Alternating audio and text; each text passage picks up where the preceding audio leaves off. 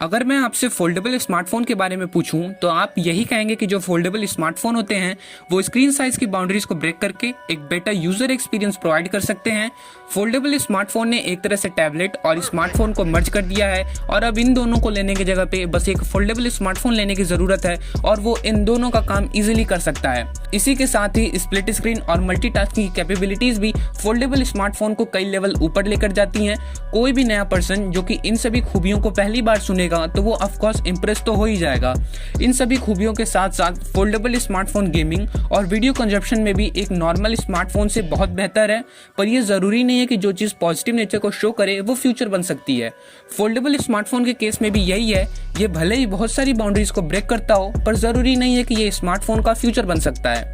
अब आप लोग बोलेंगे कि तू ऐसा क्यों बोल रहा है, अभी तो तूने इतनी सारी खूबियां बताई फोल्डेबल स्मार्टफोन की, पर ये स्मार्टफोन का फ्यूचर क्यों नहीं बन सकता।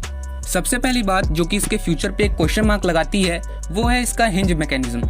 कोई भी फ्लैगशिप स्मार्टफोन मेकर हमेशा अपने फ्लैगशिप स्मार्टफोन में मैकेनिकल पार्ट देने से बचता है।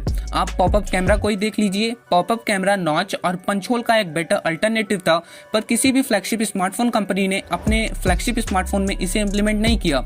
सैमसंग की एस सीरीज भी तो इसे चाहती तो यूज कर सकती, पर उसने इसकी जगह पे पंच होल को चुना क्योंकि एक फिक्स कंपोनेंट किसी भी मूव करने वाली कंपोनेंट के कंपैरिजन में ज्यादा ड्यूरेबल और लंबे समय तक चलती है। अगर आपको ये वीडियो पसंद आ रही है तो वीडियो को लाइक और चैनल को सब्सक्राइब करके बेल आइकन को जरूर प्रेस करें। फोल्डेबल स्मार्टफोन का सबसे बड़ा ड्रॉबैक इसका फोल्डेबल मैकेनिज्म है।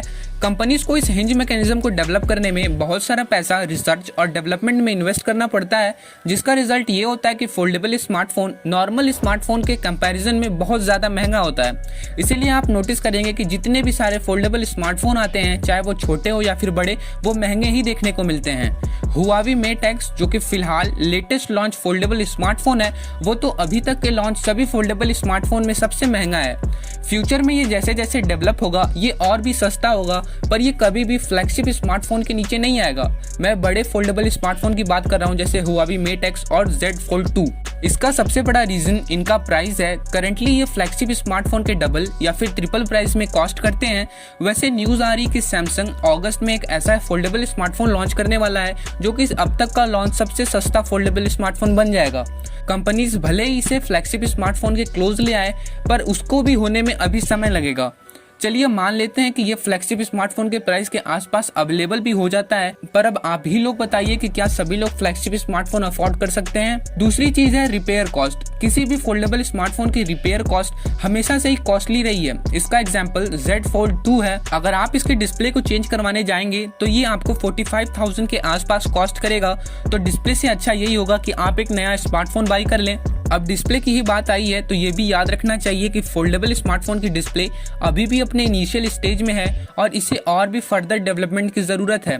करंटली फोल्डेबल स्मार्टफोन की डिस्प्ले प्लास्टिक और ग्लास से मिलकर बनाई जाती है, जो कि उतना ड्यूरेबल नहीं होता और आपने बहुत सारी रिव्यूज को देखा होगा जिसमें इन सभी स्मार्टफोन की डिस्प्ले को क्रिटिसाइज किया गया है।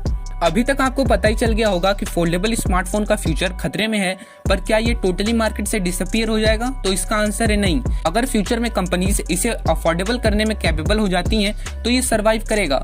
पर मुझे जहां तक लगता है कि फोल्डेबल स्मार्टफोन भले ही उतने मास ऑडियंस को टारगेट न करें, पर फिर भी एक अलग से सेगमेंट क्रिएट किया जाएगा जिसमें कंपनीज बस अपने फोल्डेबल स्मार्टफोन को लॉन्च करेंगी। जैसे सैमसंग की फोल्ड सीरीज और फ्लिप सीरीज, वैसे ही और भी कंपनीज अपने स्मार्टफोन में इस सेगमेंट को इम्प्लीमेंट करेंगी। आपको क्या लगता है आप कमेंट करके बताइए। वीडियो अगर पसंद आई हो तो वीडियो को लाइक और चैनल को सब्सक्राइब करके बेल आइकन को जरूर प्रेस करें। तब तक के लिए टेक केयर, बाय बाय।